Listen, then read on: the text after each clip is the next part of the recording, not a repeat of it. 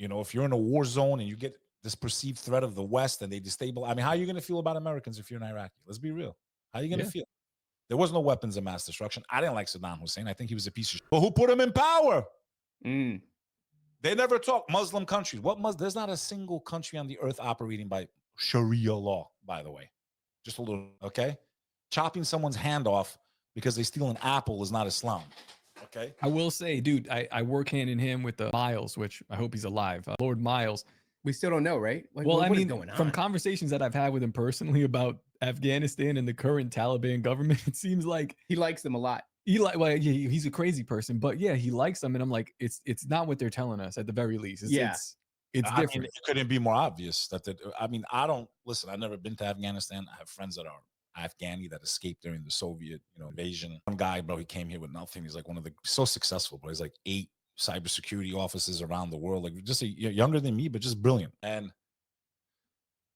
as someone that walked out from underneath the World Trade Center, I got pulled into the whole thing, the American flag. Let's get these motherfuckers. Imagine now, right? Yeah. I have a cousin of mine. He enlisted in the Marines. Okay. He's a Muslim American. He enlisted in the Marines before 9/11. And then he did 2 tours in Fallujah. Okay.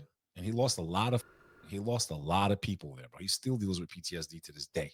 Okay. And as a young man, right after those buildings fell, all you heard was, we're going to take out the Taliban. It's 2025. We pulled out of there after 20 plus years of war. Not only did we not take out the Taliban, we left them with more weapons than ever. Forget if they're good or bad. Leave all that out of it. So why did we go there again? Why would we leave them more weapons than we found? Supposedly people we gotta provide them the arms after we radicalize them, right? Also, I mean, if you guys want to get crazy, there's like a Stargate in ancient Babylon that is Iraq. It's a lot of fun. But at the very least, after you radicalize them, you got to give them some weapons, don't you? I mean, isn't that the point? We really pissed you off. And billions of dollars. How is this not whether you're left or right, we're both on the same team on this one point? Why did you send our men and women to Afghanistan? Why did we leave the people that supposedly were so evil and did all? Why did we leave them all those? What they'll do? They'll blame the left. They'll blame the right. Well, the left didn't start George Bush did. He was the right. Oh, but it was under Biden's watch. All are guilty, bro. If you're left or right, you are not a part of the Great Awakening. You're a fool. If you're still stuck in left or right, you are not a part of the Great Awakening. You are not on Team Humanity. You are a useful idiot is what you are.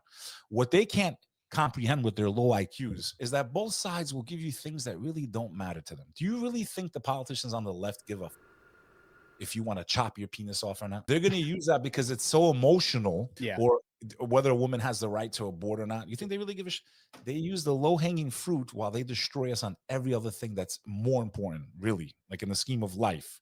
Yeah. War and infrastructure and freedom. They'll use these little, like, what you identify with emotionally to control the masses. You understand? Mm-hmm. And people fall for the bait. And meanwhile, they both can agree on one thing: taking away our rights, taxing the hell out of us, and starting war after war after war. Are you kidding me? Yeah.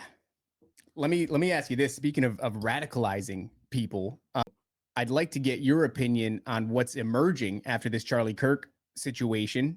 Obviously, the divides are becoming broader, but after the memorial, after the funeral, and Charlie Kirk's wife is taking over Turning Point as like the very quickly, by the way. Really weird situation, man. A really weird situation. I mean, her background is strange. Her background is just it gets weirder and weirder. Both of her parents are DOD contractors in some She form was or on fashion. Love Island or like what? I'm like, that's enough. I don't want to talk about it. That. I don't want to make fun of a grieving. I don't want to make fun of a grieving widow, but I feel like. Well, yeah. I mean, if she was grieving, I might be able to say, but it doesn't look like. I said this. I have a channel I collaborate on, Sunny Fa's channel. We've been doing reaction videos together. And I was really holding back on the episode. Like, I wish I could pull all this stuff up. I was really holding back. We're reviewing her speech at that, what looked like the Super Bowl for Charlie Kirk's memorial, okay? With the like the WWE. And the whole time, right, we're filming and you could see me on camera. I'm saying this, and I'm saying this in front of the whole world. I'm like, I'm like, something's off here, man. Like, I keep saying it, right? But I'm holding back because I'm like, I don't want to be insensitive and I don't want to look right? But my gut was just boiling. I'm like, there's something wrong here. There's something wrong. Sure enough, after I finished filming the episode, I go online. The collective all felt the same way. Mm-hmm. I have been to more funerals than I can count. Okay, when I got married, I had 800 people at my wedding. That was just my mom's side. My mom's side. My dad's side is throughout all of Europe. I have been to tragedies. I have been there when people are told their kid just got killed in a car accident. I've been when people are they tell their wife, your husband. I've seen this with my own eyes so many times in my life. Did any of them have pyrotechnics? No, they didn't. And I can tell you something else they didn't have: the capacity to speak the way Erika Kirk did. Yeah. They were on drugs too. They were giving whatever, like, oh, she's probably giving something to calm her down. Let me tell you something. You know, one of the hardest losses I had to go through was losing my mom's brother. I call him my brother because people don't understand the relationship. He was my uncle, but we were very close in age. You know, 10-year difference, but he took me everywhere. He's like my older brother, you understand? When I lost him unexpectedly in a car accident, I'm very eloquent, very extroverted. I've given speeches my whole life. I'm not been in sales. I'm not scared to talk. I've never been scared to talk. And the one time I couldn't speak, I tried to give it just a eulogy for him at his own funeral, right? One of the most important people in my life that I loved with all my heart. I couldn't talk, bro. I couldn't speak. I was stuttering the entire time. Everyone after told me, you know, hey man, I knew you were in pain. I was like, well, how did you know I was in pain?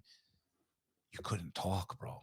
You're like, my whole life, even my teachers, talks too much in class, excessive talking, voted most likely to have his own talk show. That came, okay? And the one time it's really important for me to pay respects to one of the most important people in my life, I can't talk. And he didn't get in front of the whole world. And this lady's up there and fireworks and this and that, and already on the podcast, and it just seems so fake, man. She's laughing and it's just, that is not a grieving widow. I've seen grieving widows. It takes them years to even, like, bro, like I myself didn't leave my house for like 6 months after their death. I couldn't talk to anybody. I completely went from being a nightlife guy, out every night, partying, having a good time, all this to I didn't leave my man cave.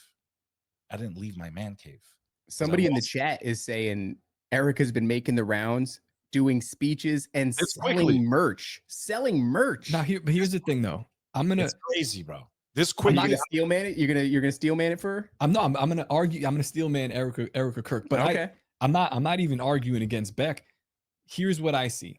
It's just it's off because we're looking at somebody who is a manicured professional giving speeches. Like, it's hard to explain exactly. You love your husband, bro. Yeah, I know, but this is the type of person. You understand when you experience tragedy, you're no longer what you are. I lost the ability to speak when my brother died. I almost lost my job. I couldn't speak, bro. I couldn't perform.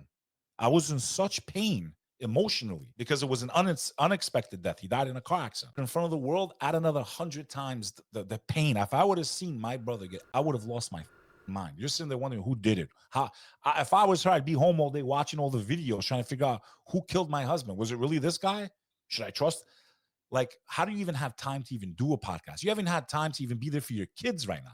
They have kids, right? Yeah. Your kids need you. Like, how do you even have time to even get in front of camera, like, and not look like a complete train wreck? It just does not add up. I've been to more funerals than I ever wanted to go to in my life. I have comforted people and family through great tragedies many times, brother. Many, many times. And I have never seen this type of reaction, bro. And again, maybe I'm wrong, but my gut tells me something is just horribly wrong. There just doesn't make any sense at all. And if this is her ability to get back up this quickly, then she should become a therapist and console and comfort people that have gone through tragedy, because I've never seen this type of recovery ever in my life. She should become a shrink, and she should help people that go through the worst things you could go through, because I can't think of anything worse for a mother with young children than to watch her husband being in front of the whole world, and the videos everywhere.